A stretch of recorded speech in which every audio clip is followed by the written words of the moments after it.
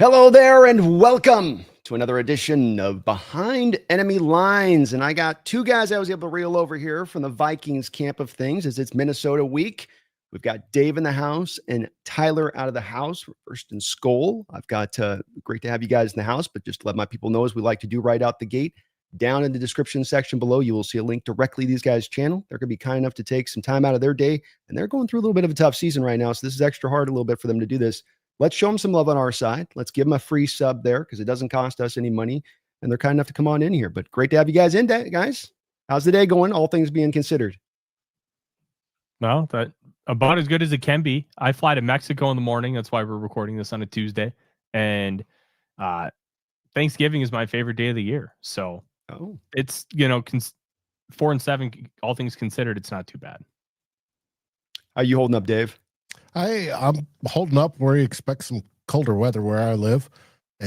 But I'm looking forward to Thanksgiving. Have the daughters over. It's going to be fun. Well, Thanksgiving down south, nice warm. That ain't the worst way of doing it, Tyler. You got to, especially knowing how cold probably is in Minnesota about this time of year. It's the way 45 and raining right now. Oh, yeah, that's sounds like Seattle, actually.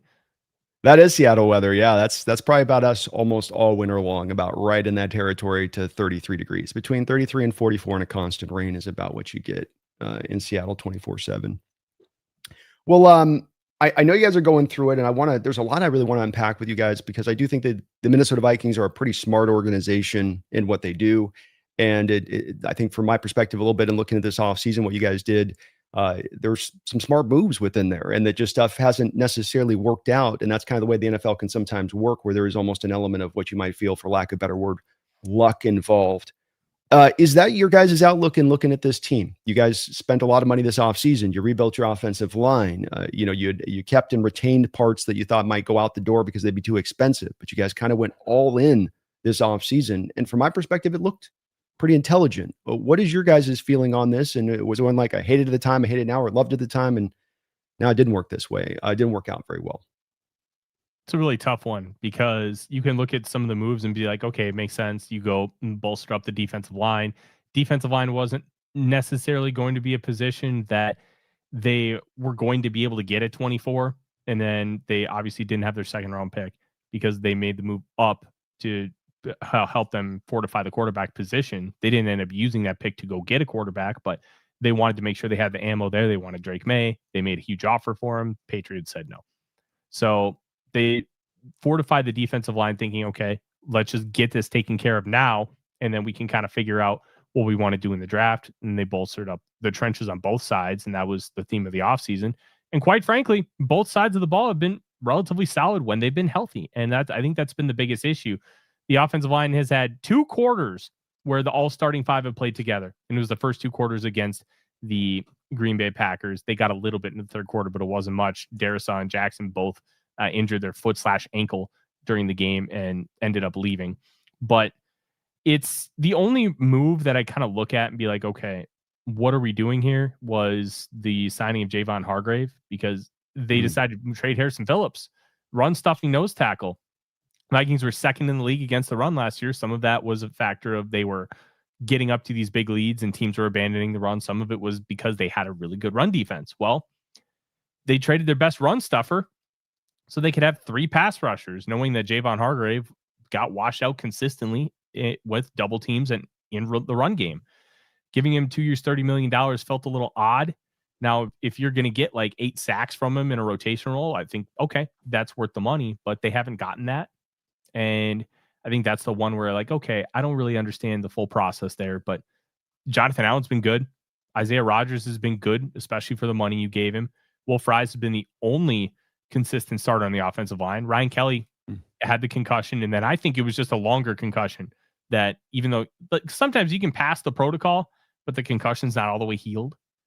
It's not a perfect system because the brain is such a really difficult thing to monitor and figure out, okay, is this actually fully healed or not? So he missed a bunch of time with that. I get the process. Hey, insulate McCarthy as much as you can. Nobody thought McCarthy was going to be a catastrophe. Even if he was just kind of bad, this team could still have 7 wins. And I think that's the really frustrating part. Average quarterback play, this team is where the Seahawks are. You put Darnold back on this team, they're 8-3, or Oh, something. yeah? Really? You feel that way? They've had 2 pretty bad losses. The Packers loss was brutal, mainly because of quarterback play. The Falcons loss in week 2 was brutal, mainly because of quarterback play. But they should have beaten the Eagles, but they were 1-6 in the red zone. They should have beaten the Bears if it weren't for a couple catastrophe plays, both on special teams. They should have beaten the Steelers, but they kept shooting themselves in the foot. And if you just have average quarterback play instead of the bad quarterback play they've had, you can easily flip 4 of those games and be like, okay, you feel a lot better about where this team is now. They were close against the Ravens, too. Yeah. Now, the reason for Javon Hargrave and Jonathan Allen was last year with Sam Darnold at quarterback, he faltered there at the end of the season. And the reason was both the Rams and the Detroit Lions got interior push on their pass rush. And so the Vikings, being an NFL team and being a copycat, wanted to grab 2 guys that could generate interior pass rush. Well, one sort of worked out. The other one is meh. Were you, Dave, in favor of going with still rolling, doing the JJ McCarthy experience at this point, saying, hey, we drafted him, we got to go into this? Or were you more of, I mean, I've even heard people say it's really not even about Sam, it's that we should have kept Daniel Jones. That should have been the pick, I've heard from some people. Where were you at on that? I was full in on JJ McCarthy. And the reason being is we drafted him top 10. He's expected to start. He has a whole bunch of talent, and he absolutely flashes it at times. But now, with the production we've gotten from him, he seems to have regressed.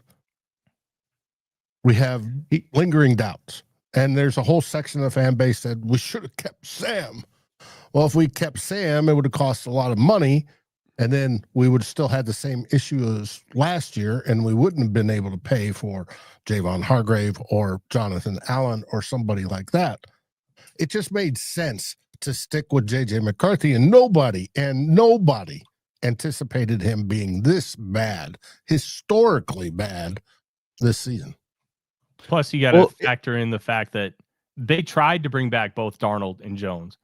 They got told no because Darnold saw the writing on the wall, even though he would be the starter theoretically going into the year.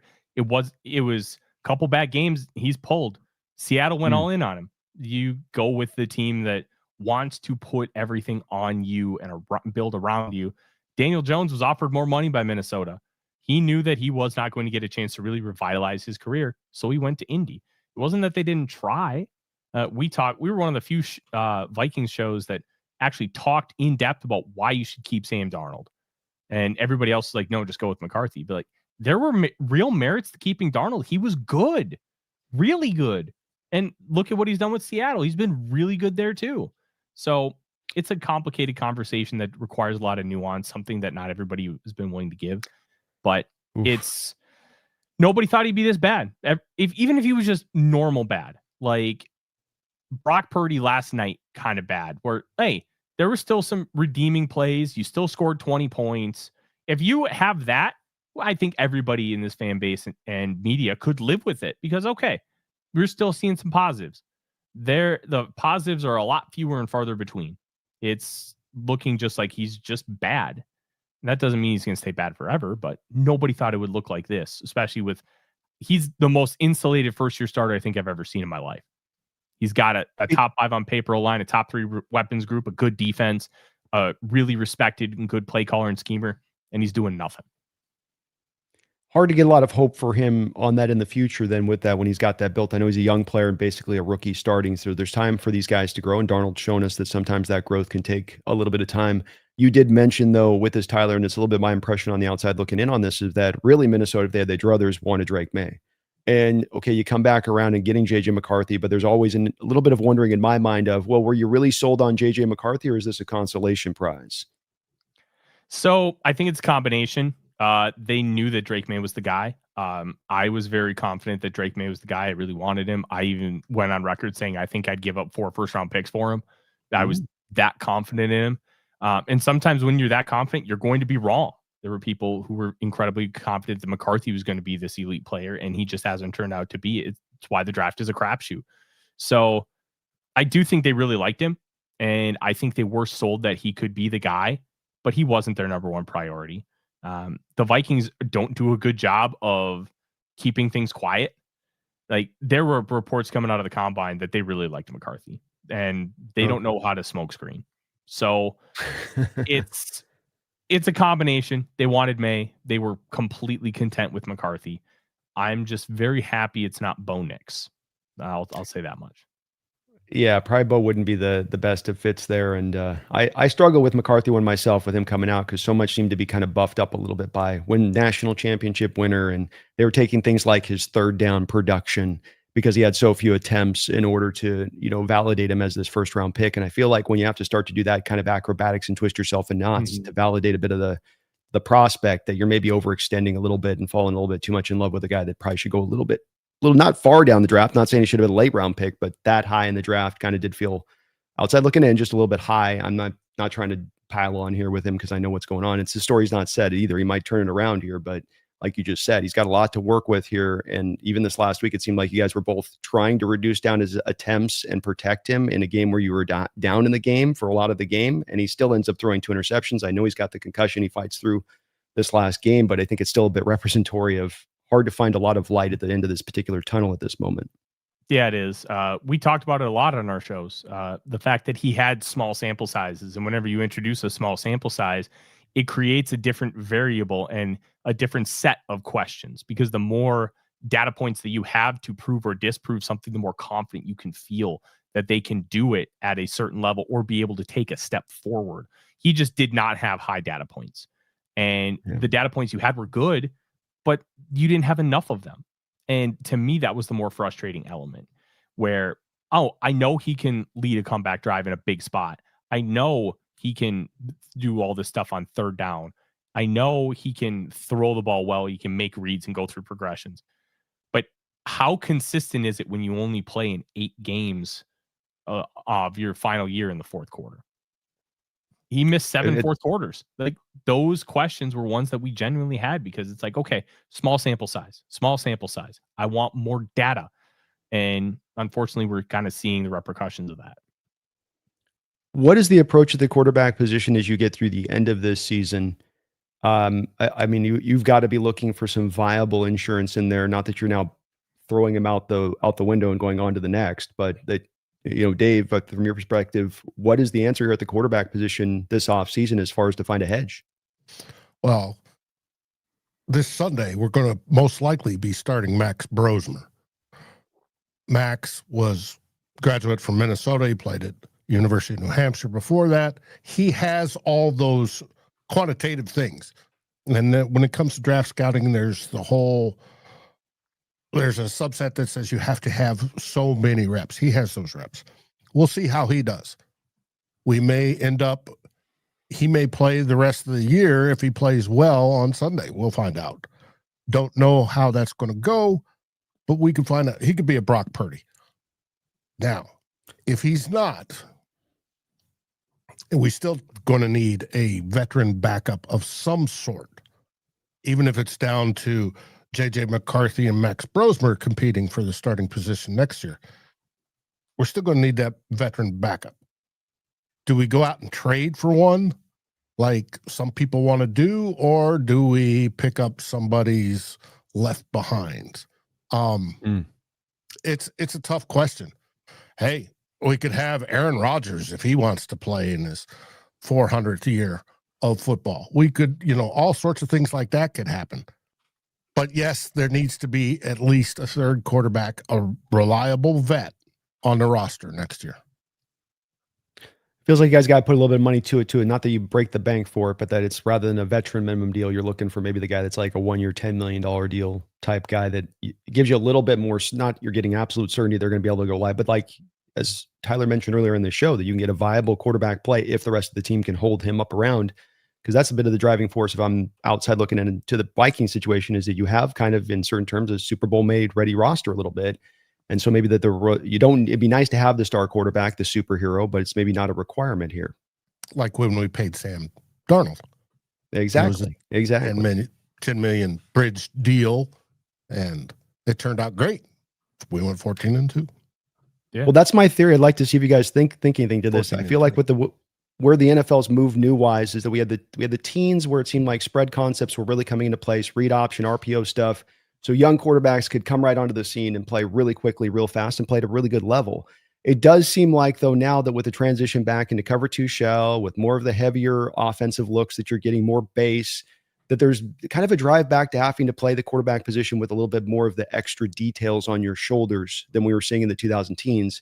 And to me, this is like you guys being at the forefront of this last year. This is more of now the market opportunity really is to go for those quarterbacks who are 5-6 years in their process, who've gone through the ups and downs and had the time to actually master this stuff, because there's so much stuff to have to master at the quarterback position. Yeah, there really is. And I think a lot of it is just everything's cyclical in football. Offenses will take over. We're seeing the least passing yards per game this season than we have since like 2008. It's just one of those cycles. And right now, like if you look at the college game, the tough part about being in the NFL is you can only deal with what the college game gives you. And the college game is not giving you players who do full field progressions. They are not dealing with super tight windows. They are honestly everything scheme based. It's about just maximizing speed and talent, which, you know, you should do, but you don't have to worry about defenses. Like even Georgia's defensive scheme was awesome when they had the dudes for it. Now they don't have the dudes for it. And you're seeing the Bulldogs defense just get not obliterated, but they're allowing 20, 30, 40 points kind of regularly now.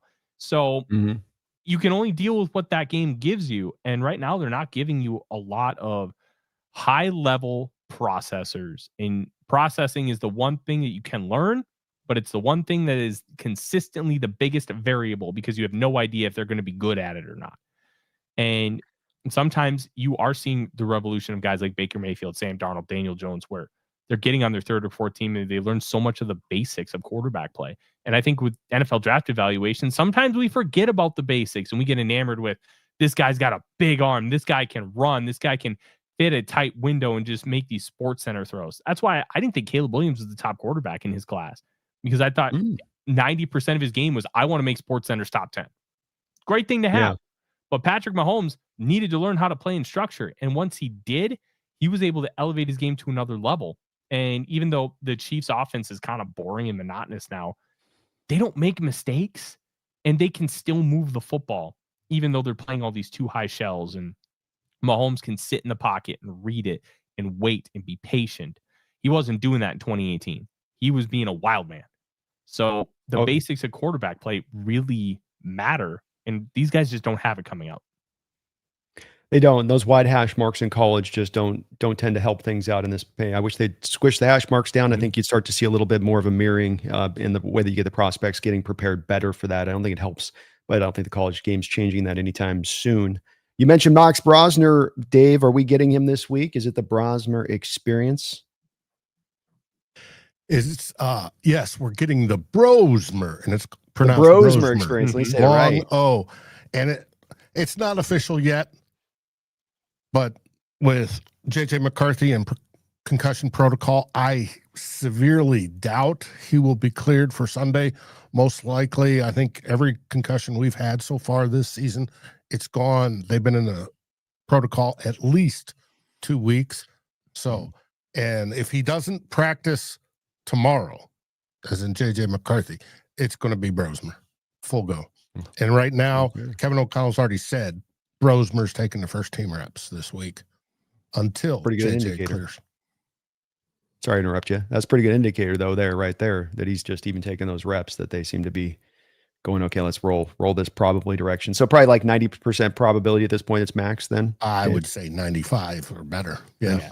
Okay, there we go. Well, one thing to remember is O'Connell has explicitly said they don't want to put McCarthy in a position to play unless he has a full week of practice. They were talking about that consistently when he was dealing with that high ankle sprain. So he doesn't have a full week of practice here. I doubt he plays. It makes a lot of sense from O'Connell's standpoint on that too, with a kid that's struggling a little bit and things are a little bit overwhelmed for him a little bit, maybe pressing too much, that you wouldn't want to give him a short run of practice on that. Let's pivot over to the offensive line if we can, because a lot of us Hawk fans looked at your Vikings approach this offseason and we were envious. There was a little bit of jealousy, boys, in this respect, because we're over here going, we have a general manager who doesn't like to spend money on his offensive line, and he just kind of begrudgingly will go make a high pick of an offensive lineman. Well, here are you guys with two pillars on your outside and O'Neal and Darisaw. You go out, you draft high Donovan Jackson, you spend big money on the two fellas out of Indianapolis, and you got all of us out here looking at you guys like going, yeah, see, that's how you do it, John. That's the way to go. But how's that worked out for you, that approach? Yeah, you mentioned Friese at least has been pretty consistent. That was a risk on your part. You guys gave him a 5-year deal with the injuries he had, and then I don't even think you wanted to do an MRI or get him poked in price, like just give me the money. But how has it worked out? So far. Go ahead, Dave. So far, the big round bellies, as I call them. When they're healthy, they're doing fine. Donovan Jackson has been a very, very good draft pick at the spot. You guys got Gray Zabel. I was high on Gray Zabel last year. Both guards, rookie guards, are doing as expected for a rookie. Now, when it comes to our tackles, they aren't playing as well as we'd hope. We expect them to be Pro Bowl level or close to Pro Bowl level, and they aren't. Whether it's injury related, we don't know. Christian Darisaw came back a little bit early from his torn ACL, but we don't know. And then, of course, Will Fries, he's been concussed and out. Or not Will Fries. Kelly has been concussed and out. Will Fries has been the only steady one, and his play has been better than previous years, but it's not spectacular yet. But I fully expect that to come because he's still young. He's a younger offensive lineman. And offensive linemen don't reach their prime until they're in their generally mid to upper 20s and, low 30s. Mm-hmm. Is Clark still out right now, or the center? No, he's back. He's back from the concussion. Yep, he returned last week and played solid. Had a couple of Micah Parsons blew him up moments, but Micah Parsons does that to everybody. Yeah, it's hard when, especially your center is usually coming on a stunt or a loop. So you got Parsons coming full speed too. By the time he's coming around that loop or stunt, if he's going inside. He stands up sometimes over the center, but he seems like a really good center. He's been well graded for you guys by PFF in that side of it since he's been playing. So it definitely helps you guys out there. So kind of a strength then right now, you would say, with the health starting to get better here, that if we go into this matchup this week, we're going to have it's a good defensive line we've got, but you guys are going to be able to, aside from maybe a little bit of underperformance from the tackles and what you've seen from them slightly this year, in general terms, still a strength of the team. It's definitely a strength of the offense. Yes. What's been going? Is Justin Jefferson all good? There's some things I've seen with him, like maybe he's not super all connected. There's almost kind of a little bit like you get from the AJ Brown vibes of Eagles at times, where you're like, well, what's the problem? Is there something seems a bit off? Is something is just, and I don't know, maybe there's nothing there to it, but just a sense you kind of get. I think it's a combination of he's just really frustrated with how the season is going, which of course I don't blame him in the slightest. And I also think it's really not a big deal because he's pissed that it's not going well. He's upset that his quarterback's not getting him the football. He's frustrated that things don't seem to be progressing like everybody thought they would, but he's doing all the right things. He's saying all the right things. And I've noticed that a lot of national people want to try and make drama with Justin Jefferson. They did when he was set to get an extension last offseason, trying to create drama. And Jefferson's just like, nah, my agent will handle it. And he kept his mouth shut, didn't really say anything. And then he got an extension and nobody locally was surprised. They're like, he never wanted out. They never considered trading him, but national media they try to create drama with him. And, some of the frustrating things about the season, I think there's maybe been a little bit more ammo for that, but I don't really get the sense that it's anything other than he's just frustrated about the season, which all of us are. Justin Jefferson is used to winning, and he likes to win, and it's not happening. So he's a little frustrated. But on the national scene, are the Vikings going to trade Justin Jefferson in the offseason? That's where I was kind of going with that a little bit. Just Yeah, not that I'm asking for it, just wondering with it because these situations can go T-bone all of a sudden on you with no expectation. Everything's riding along great, and then all of a sudden just something happens, and you're just like, oh hell, like how'd this go off the tracks this fast? Everything was flowing along smoothly here, but he did just sign that contract. I doubt that you guys are going to eat a ton of dead money, even if he was trying to ask for it and be like, yeah, you're sitting here, we're not eating the dead money on that. So I don't think that there's any chance with that. How about Addison to the other side? A bit of some up and down to him. He had, I think, the suspension or something earlier this year, I think, or he was like held out the first series. How are things been going with him? Fine. He, like, when you watch the tape, he's getting open just as much as Jefferson is. He's not Justin Jefferson, but they're the same archetype. They do the same things really well. They win with route running nuance and intelligence and being able to run these breaking routes without losing any momentum or speed. They're just tremendous football players. But at the same time, it's also a really difficult one because you have had some of those off-field issues with Addison. He had the DUI arrest in summer of 2024 when he was parked out front of LAX on the interstate and found asleep at the wheel. He ended up, I think he officially blew over a .08, and then they reached a plea deal, and then he got suspended for 3 games, which is the standard. And then he, there was some kind of, like, he missed a team meeting or something. I don't think we ever got a full clarity on it, but they held him out of over in England. Yeah. They held him out of the first quarter of that game, and then he still had the game-winning touchdown. So he's had a couple of off-the-field incidents, and there's before this first training camp, he went 140 miles an hour on the interstate up here with the claim that he was trying to get back to his dog sick, which, look, as a dog owner, I get it. My dogs went after each other just about an hour ago, but it's as a football player, dude's phenomenal, and they would be dumb to not re-sign him. Oh, you think they're going to go with both those when he comes up? Because he's up for a contract after this offseason, right? 3 years at that point.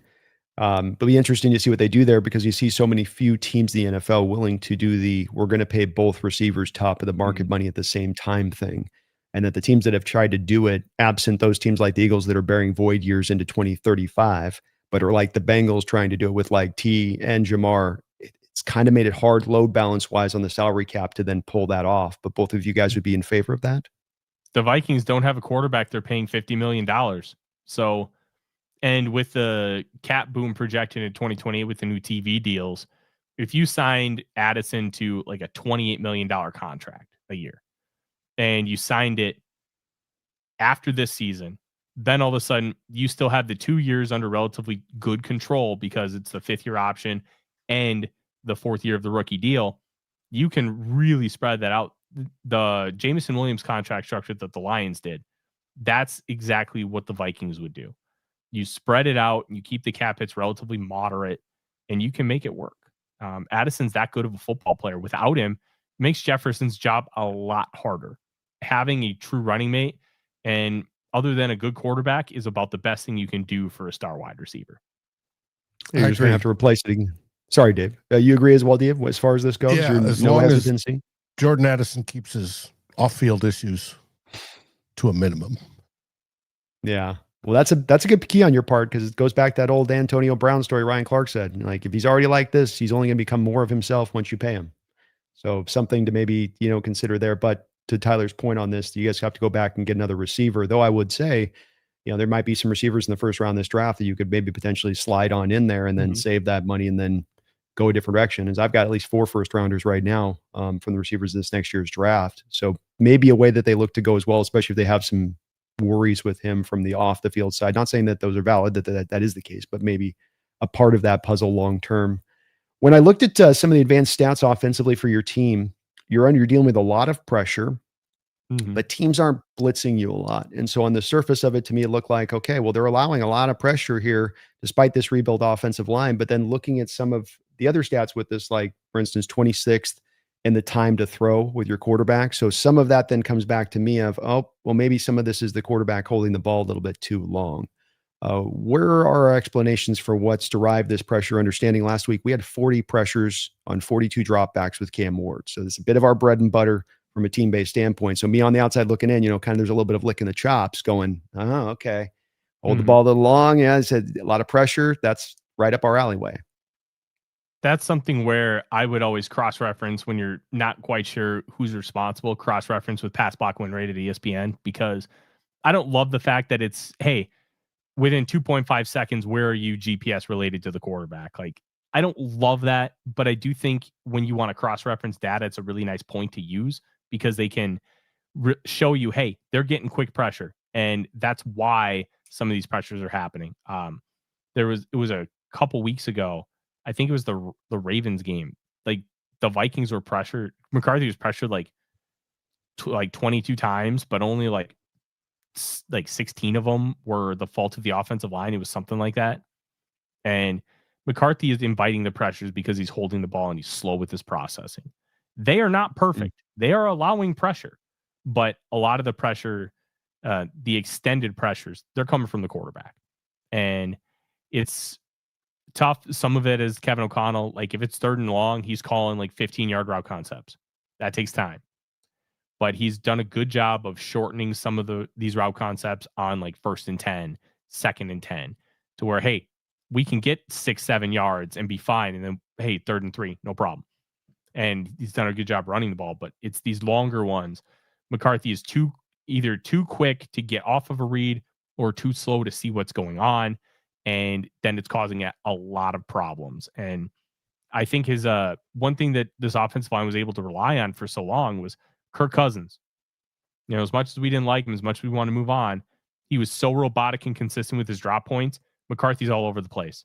He's not consistent with his drop points, and that's impacting some of these pressures because if Darrisaw knows that you're supposed to go 8 yards back, he's going to push that edge rusher around 10 yards. So then they can't touch you.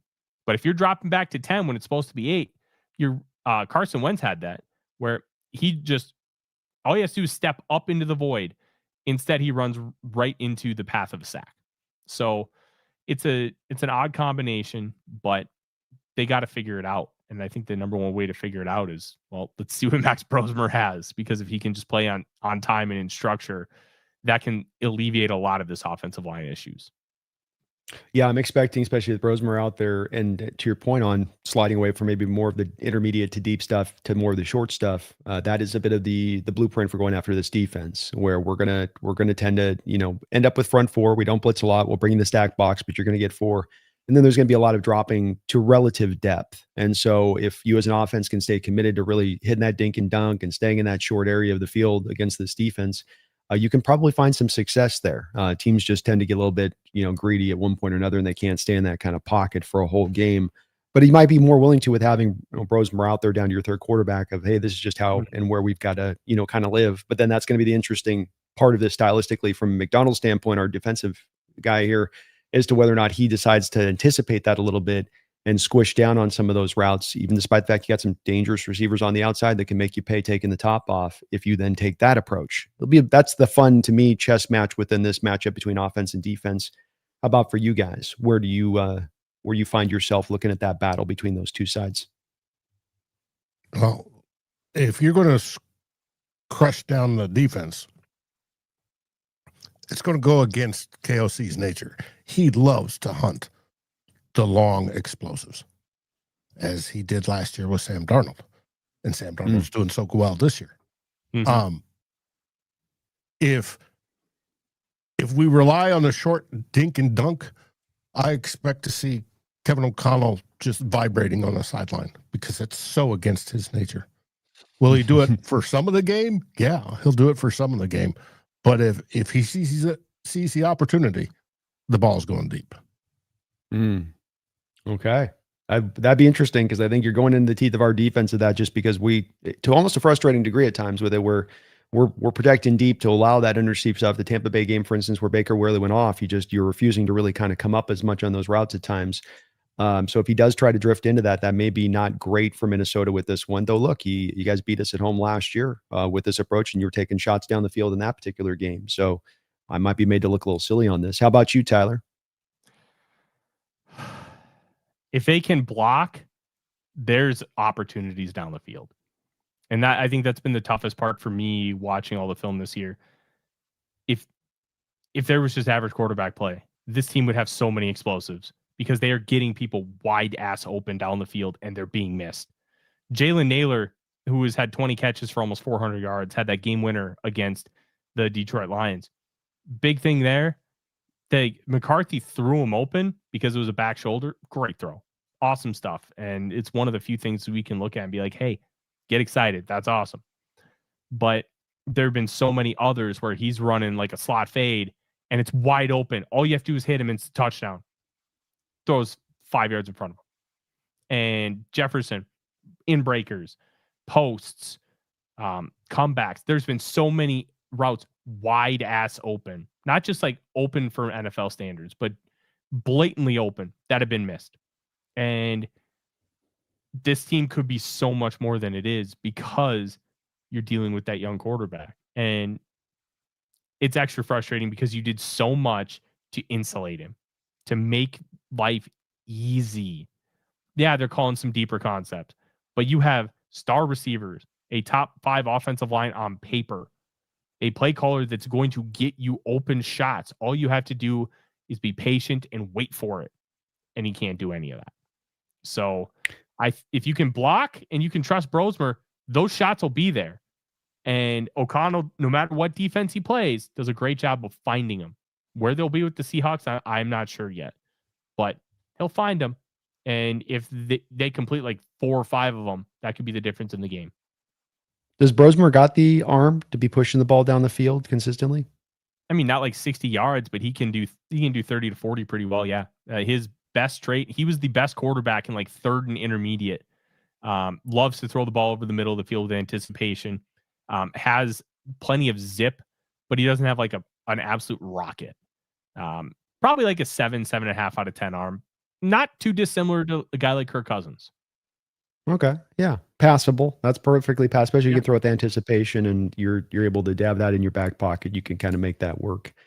A couple things here. Just Jay Gundy, thank you for becoming a member of the channel. Appreciate you for that. Very kind of you. Welcome aboard. Our Mark Sanchez, thank you for 25 months as a Hawks Nest member. Says, I'm not busy. Give me a call, soda. Jokes. As a Hawks fan, when JJ was coming out, I thought he's talented, but not going to elevate players. And they don't need him to elevate anybody. They just need him to play the offense. And that's even more of the frustrating part. He's not being asked to make people better. He's just asked to let Jefferson be Jefferson. And he can't do it. Will he be able to do it? We sure hope so. But it doesn't feel good after 6 games. I'm always a big guy, and if things go wrong, is there a lesson to be learned? Yes. To your point on this, Tyler. So, and I'd like to know with you guys on this too, Dave. Has there been a lesson to be learned from this JJ McCarthy draft of him? In that, look, it's not that he's not talented. I'm not saying that this is he may still, and I'm still there. I'm not throwing him into the trash and saying he's in, because I know this might seem like that, but it's also one where you mentioned the fourth quarters and the lack of, with that, the low volume attacks. You've got the Penn State game where you could obviously see that they had him down to 7 attempts in that game. They were trying to, if you have a first round quarterback, I'm not trying to protect the guy in my game calling in college. That should be where I'm allowing him to be flourishing and really carrying a little bit of load. I know Michigan's run base, so this is a part of that too, but is there a lesson here from this situation and experience? Yeah.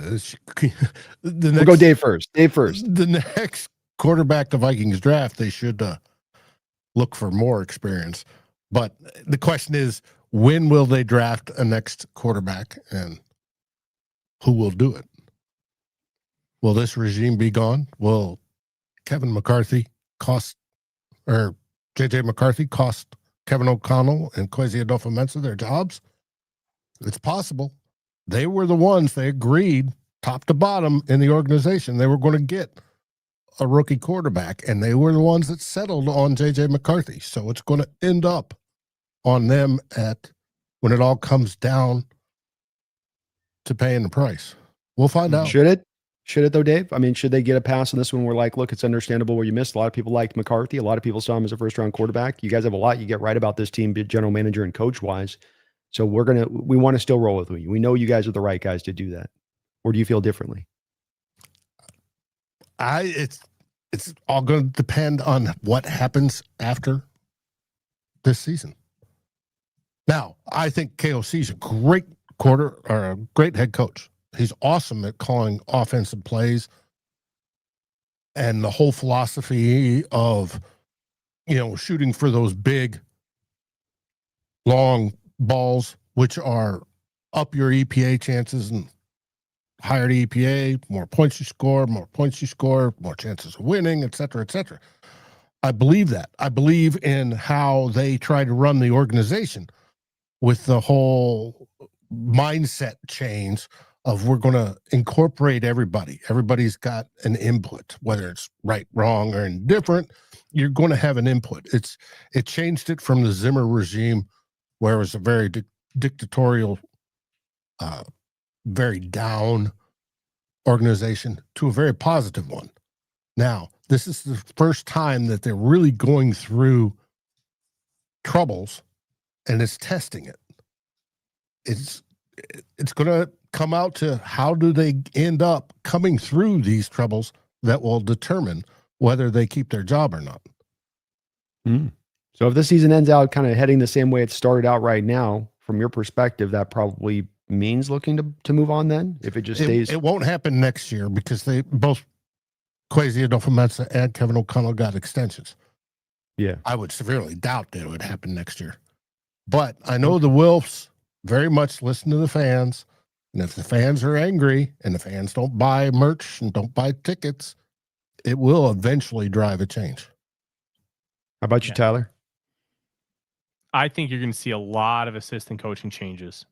And you're going to, and you may even see a change with the medical team, because I think if you're Kevin O'Connell, Kwesi Adofo-Mensah, you can go to the Wilfs and be like, hey, we believed in this guy. We talked about the growth, and we saw the growth in his first training camp, and then the torn meniscus. And then we got him back, and we saw a lot of growth in training camp, and then the high ankle sprain, and then the concussion. And before that, there was a hand injury.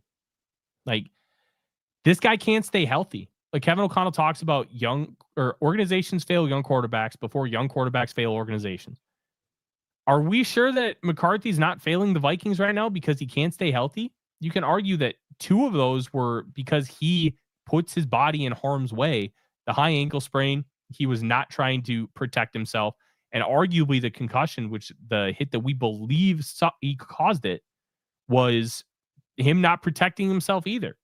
So how much of this is on the coaching staff? How much of it is on McCarthy? And I think if you can go into that meeting and be like, this kid can't stay healthy, and he doesn't really show that he wants to try based on how he's handling himself on the field. So this is not what he showed at Michigan, and this is not what we expected. And I think we deserve another shot. And I think from the Wilfs perspective, you could buy that, because going into this year as a duo that were trying to rebuild and retool this roster, they went 34-17 with 13 and 14 win seasons. You fire these guys, they're going to get scooped right up. Oh, yeah. They're going to get scooped up real quick. So some of it is having to decipher as an ownership perspective. Are you willing to fire somebody everybody else is going to want to hire just because one element went wrong? It's a good point. I hope they're keeping it in mind, because I think you guys do have the right coach. You might have the right general manager.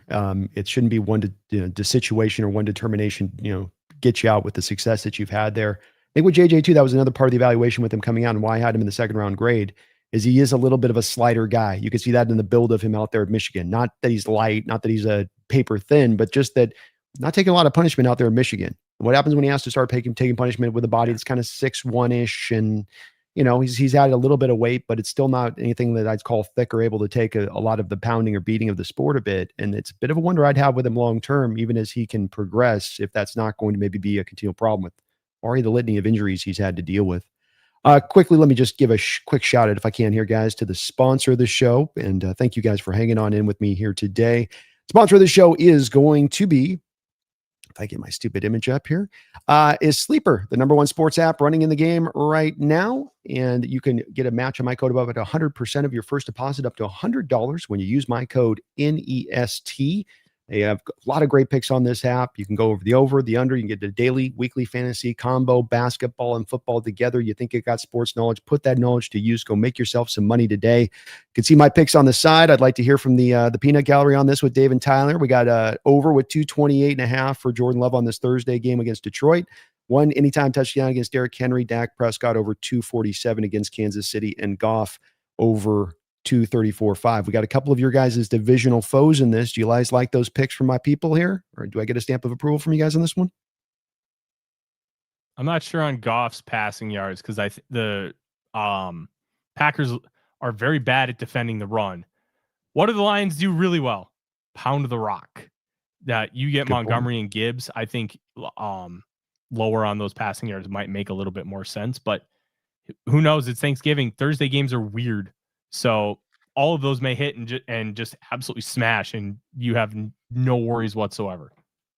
I like, though, your thinking's right on that, probably, especially because like how Mike is getting after the quarterback and they're rushing the passer this year, being Green Bay from where they've been in prior years, might also make it hard. We know Goff is not the most of mobile guys. He needs that stuff pretty clean up front, or he gets overwhelmed if you can get that pass rush to him. But that's always easier said than done with that offensive line of the Detroit. Terms and conditions do apply. Please see Sleeper's site for detail, but thank you to them and go win some money. Also, just they've got a free $20 entry on top of the match. So you can get $20. Just create a code, create a login. If you use my code on top of it, that's $120 in your pocket from me to you. And you show some love to the channel at the same time. That's never a bad thing. But thank you to Sleeper. And thank you, boys, for helping me get those picks on in there. Let's turn this over, if we can, to the defense and take a look at what's going on with you guys there. You guys got a fun defense. You know, fans want to blitz, guys. Fans love the blitz. Fans don't like the soft cover 2, 7 guys in coverage. They like bring the house, make them uncomfortable, heat them up. What's our thoughts on Brian Flores after a couple of years there in Minnesota? I love him. It's the way he tries to win with deception. He'll line up everybody except for maybe deep safety on the line. And he's now making the quarterback and usually the center call the protection. They don't know who's coming, who's going, who's the mic, all that stuff. Because he'll drop out. He may bring up Harrison Smith, and it looks like he's blitzing. And then you see Harrison Smith beeline it back and make a defensive play way back, 20 or 30 yards behind the line of scrimmage. Forward. It's a wonderful deal. It's a wonderful concept. He tries to bring pressure. He blitzes a lot, but as Tyler will explain, his blitz versus what the NFL calls a blitz are totally different. But the whole idea is he wants to pressure from unknown areas or unplanned areas of the field. So he'll bring 4, he'll bring 5. It's fun to watch, especially when it's clicking. Mm-hmm. Those sim pressures are nasty. One of the things that's really frustrating me about him, because I'll take the other angle. I love Flores and I hope he stays forever, but he keeps playing Eric Wilson at edge, and Eric Wilson can't set the edge worth a damn. And you have a first-round pick in Dallas Turner who can set an edge, and he can also do the off-ball stuff. Why are you having Wilson there? Line him up in the A gap and let him do some funky stuff. I think some of the lack of development that we've seen with this organization comes from the defensive side of the football and an unwillingness to really put in that time. And that's from an outside perspective looking in. Like, you're just playing old veterans. Like, let's get some of these young guys rotating in. Let's get them some real time. Last year, not playing Turner made a lot of sense because the roles that Turner would have been asked to play when you have Grenard and Van Ginkel on the field, he wasn't ready for physically because he needed to get about 10, 15 pounds of muscle onto his frame. He has that now, so he can do that. But it was fine him playing 310 snaps last year because Van Ginkel was a second-team All-Pro and Grenard nearly was on his own right. But there's this unwillingness to really feature some of those younger guys, and it's been a little bit of a frustrating element for everybody. Especially probably too, because maybe Greenyard and Van Ginkel haven't quite, not that they've played bad, but maybe haven't quite matched what they were providing last year. Is that fair? Grenard's been hurt the last 2 games. Van Ginkel missed, I think, 4 or 5. And this team has been bad at finishing at the quarterback. They're getting pressure, but I can count at least a dozen times where the quarterback has escaped an actual sack. Not just, oh, guy dives. A guy's got his hands on you and you escape. It's just insane the amount of unlucky elements they've had in that scenario. Dave, what do you think about Turner long term? Is this kid going to be a player? He just needed his time to develop and add the weight, like Tyler said, or is this a guy that may not have it? No, he'll be an adequate edge no matter what for the rest of his career. He's going to put on a little bit more weight. He did put on about 25 pounds this offseason. He'll put on more, and it's good weight. But right now he has basically one signature move, and it's speed to power. And then he'll bend and get around. He needs to develop more than just that to be an effective pass rusher. Will he get there? I think so.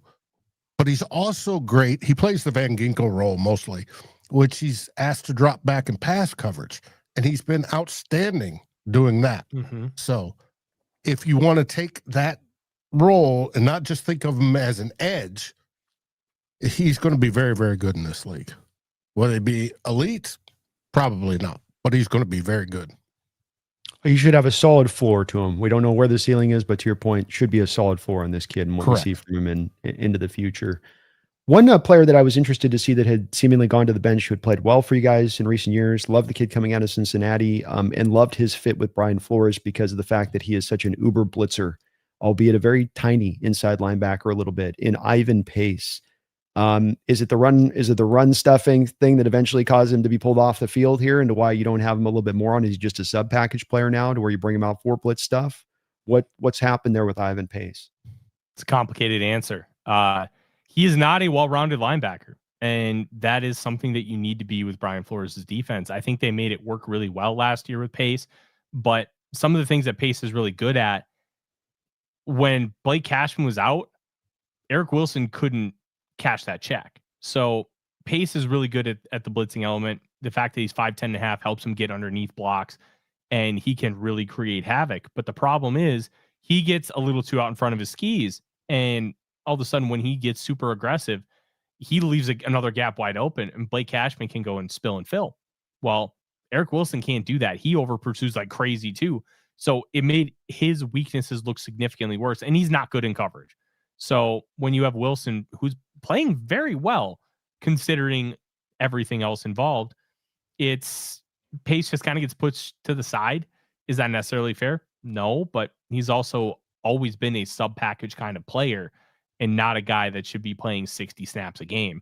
Get him in for 25 to 35 snaps, maximize what he's good at, and I think you can really have a good football player. But he was being asked to do too much, and he got really exposed, and they rightfully kind of pulled him back.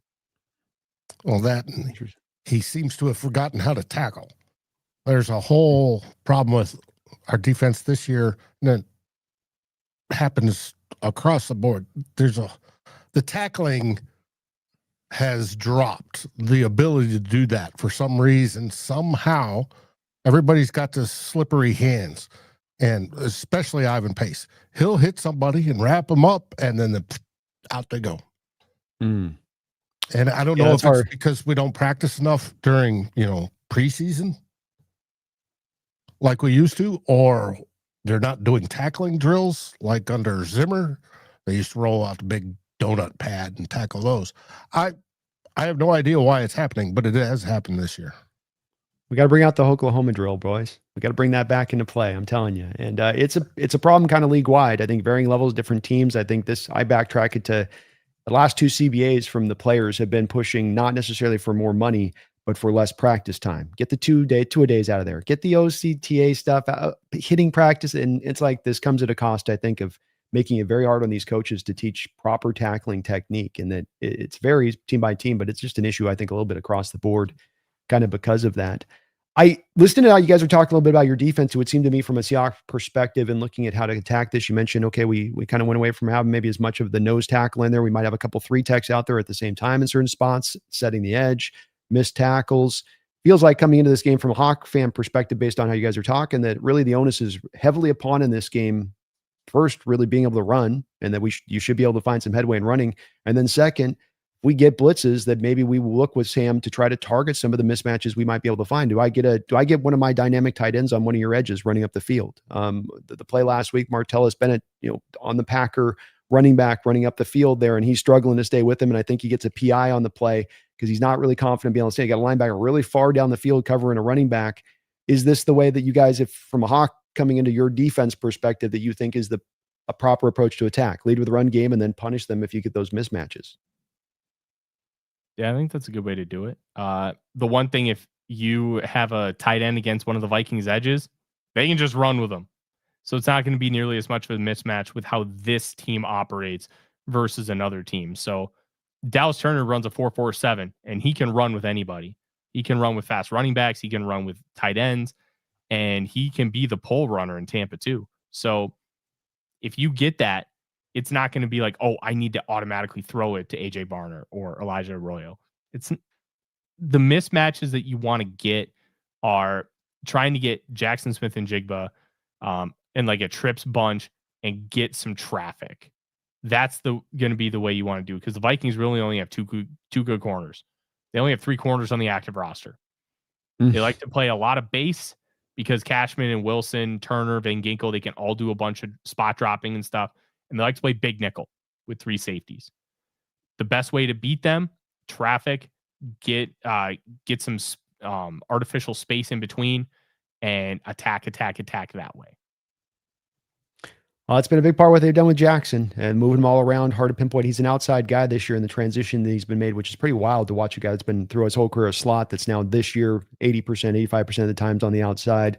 But even within that, they're mixing him around off of motion to try to isolate those kind of mismatches. Last week on the big play, got over the top. They were able to get to a safety because of the coverages, despite him playing the slot. So he gets one-on-one with the safety, and it's kind of just an option route where him and the quarterback read it. He takes it deep because he's like, I got a safety on me. It wasn't really drawn up, just kind of fed on the fly. So be interesting to see how that goes. There's a little bit of this that I think stylistically with your Vikings team that doesn't actually match up to what our offense struggles with. So it's more of, I think for us, the struggle would come into play when we deal with those teams that will stay in front 4, drop the guys back into coverage, make us throw into those tighter passing windows, make Sam, have to stay in kind of the short mode and not let him push the ball down the field, because he's got to draw, I think, to do that just a little bit. It seems like, though, with you guys, you're going to be more pushing us into get to your hot route read. The blitz will be over here, an isolation to the mismatches, that type of thing, running some flood zone concepts like you're talking about, Tyler. Get the guy behind the flood zone sitting down in space and then be able to hit him. So it'll be interesting a little bit with you guys kind of going into the place of what Sam's done really good against when teams blitz him, and when okay, you got to have an answer. Okay, you got to be stand tall in the pocket, tough, take the hit, get the ball out of your hand, and deliver into the right spot. He has been doing those kind of things. So be interesting to see if your Viking team tries to do a little bit less of that, or if they just kind of, this is who we are and we lean into it. Or as the number 1 blitzing guy in the league, I think he probably just stays into doing what he does. He already said today at his press conference, he being Brian Flores, he's going to blitz a lot. So expect it. I expect that interior pressure that we know Sam Darnold did not like at the end of last year. And remember with Brian Flores, as Dave mentioned earlier, blitzes could just mean 3 defensive tackles and 2 edge rushers. They love to run base, and they are not afraid to just do normal stuff. So I know the Seahawks really like to run a lot of 12 personnel, and they love to throw out of it. Well, the Vikings are just going to run base and be like, all right, bring it. And they're going to try and force you to run the ball because their base is fine in pass coverage. They don't have to worry about linebackers being just void of any ability to play coverage. So that part is going to be a very interesting chess match. Yeah, it's really going to be fun. See how that stylistically rolls there with it. Real quick before we get to a couple of just some quick hitter stuff here, I want to just kind of yes or no answers from you guys, but some just fun questions. There's a thinking here that I didn't really love going back. I watched a lot of Darnold's games last year as we were prepping for the season and looking back in Minnesota, really impressed by the tape. I felt like the narrative that's thrown out there, and this is one that's really still thrown out there with Darnold on this, and we saw it last week with maybe the Rams game and having not a great performance, in that, that he's going to essentially turn into a pumpkin. That there's the real Darnold here, and that you're getting a mirage of him. You're getting this, and that's the. And my outlook was really that the last 2 games of the year last year, Detroit and Rams, you guys played, were more emblematic of the fact that offensive line was completely collapsing and falling apart. What is your guys' take on that, though? If it'd be maybe no, Sam regressed, or that it was, if you had to kind of put the heaping to one or the other. I know that there's a partial maybe on both, but maybe one more to the other. Which one would you go with on that? There's truth on both sides. The offensive line did not play well at all. Cam Robinson got massively exposed. Look, 4th round pick, to win 9 straight games and have a 14-win season to fortify the position after Darrisaw got hurt. Great move. But it wasn't a perfect one because he's not a perfect player. And they faltered, and Darnold faltered. When Darnold had the ability to sit in a decent pocket and make reads, he was pressing himself. He was rushing. It was almost like he was too jacked up on caffeine because the moment was so big and he wanted to perform well so badly. It's a combination of both. You can't have one without the other, I think, in this case. And I just think the Rams are just a treasure trove of horrors for Sam Darnold, because in that first meeting that they had last year with the Rams, that was when he got sacked in the end zone with the face mask, and they called it a safety anyways. So it's both. Darnold, calling him a pumpkin to me is just lazy. It's not that simple. But he had his flaws in those games, and he deserves a lot of criticism for them. Now, how much does sorry, go ahead, Dave. I want to get your I was about to say, we're going to see once you guys get in the playoffs, does he fold or does he not fold? And that's going to answer whichever fan side of the fan base, saying Sam's the pumpkin, or no, it wasn't Sam, it's a loser, or Sam's a winner. It was the O-line or Coach O'Connell or whoever it was that caused it. We'll find out when you guys are in the playoffs. Well, that's what I was going to mention too, is the contributing factors here, O-line, Sam, and I think O'Connell might have contributed a little bit with that game plan against the Rams as well, as that seemed to be one which was at times going into the teeth of that Rams defense rather than attacking the manner you kind of should, which is to be patient, short passing attack, get the ball quickly out of the quarterback's hand. Niners have shown us this year with Mac Jones, and the 2 times he's played him, walking up and down the field in this Rams defense, taking that very same approach. It just didn't seem like O'Connell was taking that either last year in the playoffs. Is that accurate, or am I seeing that wrong? No, it's a flaw of O'Connell. He wants shot plays. And to his credit and detriment, so does Sam Darnold. Darnold was the best deep ball thrower last year by multiple metrics. And if he wasn't the best, he was second. He is, and I mean this completely complimentary, Sam Darnold is a psycho. And he wants the shot play. He wants the big one. He always does. And was one of the reasons why some of the offensive line stuff looked worse than it should have last year, because he was always chasing the shot plays, trying to create extra time to create that extra half second so he could throw it deep. And also one of the reasons why sometimes he gets a little too big for his britches. And it's like, okay, we love the idea to take shots, just throw it to the open guy. It's okay. Yeah, it's very fair. Very fair. Thank you guys for hanging in here with me. Promise we'll wrap up here in just a sec. We got a couple donations in here. Let's go with the first 27 months from Holy Hand Grenade. As a Hawksnest member, thank you for that. He says, did the fandom boys want to move off from Sam? If I had to go over 50% or under 50%, and you guys just blindly were to say a blind poll without actually doing the poll, which would it be on? Over. Yeah, over. To move off. The fan base wanted to move on. I think they wanted to have one of their own. If JJ McCarthy didn't exist, they would have wanted to keep him. But he did. So they're like, those last 2 games were done. That's fair. And especially the last performance is always going to hang very much at the forefront of fans' minds in a major way. Janet, thank you for the $5 donation. Says KOC knows Kubiak and Sam really well. This won't be an easy game. No. Remember, Kubiak was a Vikings offensive coordinator in 21, was the assistant for a couple years before that. Like, this is, I'm not like, Jefferson knows the offense really well. Obviously, he played in it. Brian O'Neill, Christian Darrisaw. Right. But it's going to be fun to watch the battle. It will be. We know, I know, kind of one of those things that goes back and forth. And was Clint a good OC for you guys? He looked good on paper, but how was he for you guys as an OC? Fine, I guess. It was only 1 year. It was also the year where Mike Zimmer and Rick Spielman didn't talk to each other. So there were a lot of other things at play. I think he was super young, and he got the job because he's a Nepo baby. And I think he's more than earned his place now with the Seahawks, but he's a Nepo baby. And I think he got the job a little earlier than he probably should have, because he's Gary Kubiak's kid. And you could tell that there were some warts, but you could tell that there was also some really good in there.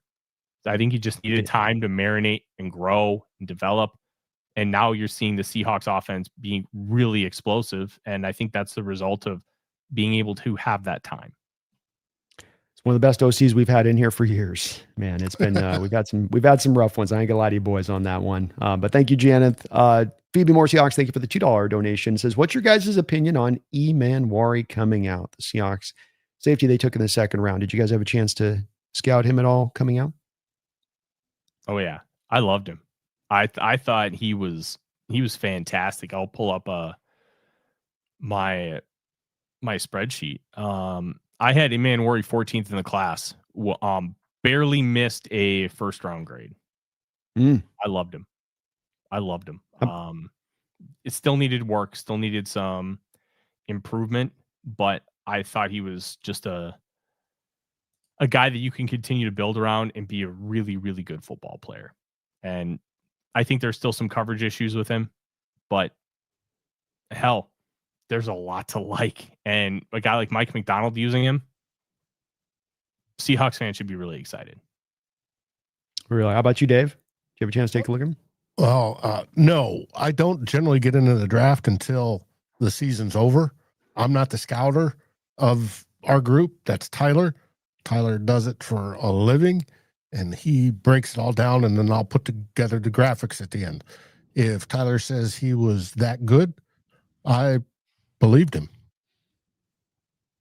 He was fun. I liked him a lot too. I had about the same grade you did too, Tyler, on that coming out. He's like Judd. They're operating like Kyle Hamilton with his role in this defense right now, and he is really suited to him really well. Roy Farlick, thank you for 45 months as a Hawks Nest member. Says Vikings have a top 10 coach. It would be a mistake to let him go. I got to echo that. I think he's probably even higher than potentially top 10 in this league. So to me, I think both general manager and coach are doing some smart things, and you should let those guys go for dumb decisions, bad, when they're not doing things, but football will have that element of luck where you flip the coin. And sometimes when it's not your year, it's just not your year. The energy is just not right. But you guys seem to be in alignment on that. So that's good to hear. Mark Sanchez, thank you for the $2 donation. Says real quick, Sweet Moon jerseys. Thank you. Bow down. Hell yeah. Warren Moon's my favorite football player of all time. Eventually I'm going to have the old Edmonton Eskimos and the Washington Huskies on this back wall if I can fit them. But we'll stick Moon was a baller at the end of his career, wasn't he, Tyler? Like he was still even when he was, by the time he was done with us, he was slinging it still. He was the quarterback in my formative years because I turned 36 in a couple weeks, and he was the quarterback for the Vikings 94, 95, 96, and that was when I became a really big football fan. And then of course I had Tecmo Super Bowl, so I went and played with the Oilers. That was my jam, and it still is. Nobody threw a prettier ball than Warren Moon in NFL history. Nobody threw a tighter spiral in NFL history than Warren Moon. I mean, that thing just came out like a jugs machine. It made that noise doing. Had to have made that noise when it went out. Couple of quick questions, and these can be just real fast for you guys, so it doesn't have to be long, expansive answers. Real quick, and we'll wrap it up. These are just fun ones I like to come up with when I talk to different fans. Vikings had some great defensive linemen in their history. Purple People Eaters, John Randall. Who was the best defensive tackle in Vikings history? I'll leave that to Dave. I'll give it to my favorite is John Randall of the bunch. He's just absolutely crazy madman, and without doubt. But we've had absolute trove of them. So yes, we'll go with them. Okay, John Randall's the pick. I figure there's some good ones. Randy Moss or Justin Jefferson, Tyler? Moss. I'm sorry, no offense to Jefferson. Moss. That dude is the best receiver in NFL history, and the only one who could come close to touching him is Jerry Rice. And you want to say Rice? I respect it, but Moss is just different. Same, Dave? Yeah. Oh, without a doubt. Moss changed the game. Green Bay, after Moss's rookie season, went out and got 3 tall corners just because of Randy Moss. And it's Randy Moss. Not just got their first 3 draft picks were those corners. Right. Antoine Edwards, Fred Vinson, Mike McKenzie. All in a row. Goodness. All to stop Randy Moss. That's when you're striking the fear in the hearts of defenses, when they got to back 3 picks back to back at the top of the draft just to deal with your one guy. He was crazy, and you still back and watch his film footage, you can tell the freakishness of him. There's those rare athletes you see in the era. Barry Sanders is a guy like this for me, or Bo Jackson back in the day. You can turn on the table and go, yeah, that guy any era probably could have worked, and he is certainly that guy. Who's the scariest team in the NFC North for 2026? Maybe it's you guys, by the way. Vikings is an acceptable answer. Great Packers. question. Yeah. Packers probably. It hurts me to say it, but I still don't know if Jordan Love is good. But every time I watch him, he makes these throws that just look incredibly stupid, that just look incredibly intentional, and they always work. Like that fadeaway one on third down where he just like, it looks like it's in the air for like 5 million years, like a Russell Wilson rainbow ball. And it just works all the time. His sack avoidance is bonkers. They have Micah Parsons. That defense has so many voids of talent, and they're just so good because Jeff Hafley calls a great unit. And eventually their young players are just going to take leaps. I'd have to go with the Packers. I don't trust the Bears. I think they're frauds. And the Lions, eventually that style, they're wearing themselves out. It's just going to run its course. And they have a bunch of finance issues coming up too, where players are too expensive or whatever. And it's not the big name ones. It's going to be like, oh, I can't afford to give that guy $8 million because another team will give him that. So we have to lose out on a really good core piece, like the 12th best player on your defense. Well, bye. Like it's tough luck. So it's good. Good. And Dave, you in the same place, to Green Bay? Unfortunately. I share your thoughts on this too, Tyler, with Love. He's a very hard quarterback to evaluate because there's times with him where I look at him, I go, it ain't happening here with him. I'm seeing one reads constantly every time he drops back. He can't go to multiple reads. LaFleur gets so much stuff scripted up for him that's so easy within that offense. But then he has the off script moments too within that where you're like, well, but he shows you this here too on the other side, kind of, but it's more to me a flash than it is consistent. Maybe it'll come with time, but this was a guy that sat for 3 years before he started. It kind of should be, the rubber should be hitting the road a little bit with me with Love on this, but it just isn't quite. And I don't know what to think really there, Tyler. I don't either. I'll tell you, I'd rather have Love than McCarthy. But that's true. I would say that, yeah. Yeah, he's a brutal one to like do a real evaluation, because if you want to look at advanced metrics, EPA per play and stuff, he's bonkers, always been bonkers. But how much of that is just because LaFleur is a god? He's so good at scripting stuff up for him. If you just watch that head, it goes one side and it stays one side every time he drops back there on his dropbacks. And when I started noticing it and I started looking for it, I was like, my God, he's doing it every time. There's none of this. None of this with the head. It's just doom. Is Harrison Smith a Hall of Famer? Yes.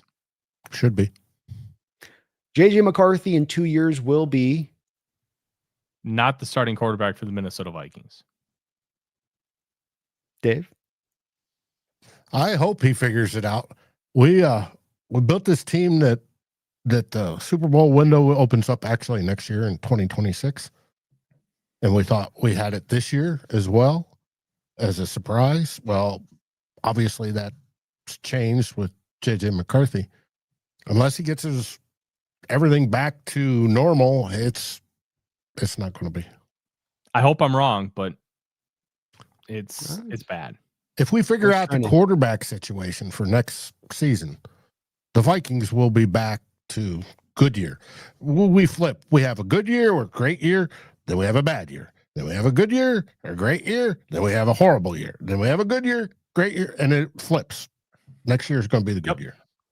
Not the worst combination. It's not the worst combo. Last question on this one. The first move the Vikings should make of major move this offseason should be extend Jonathan Grenard. He's only making $19 million. He's incredible.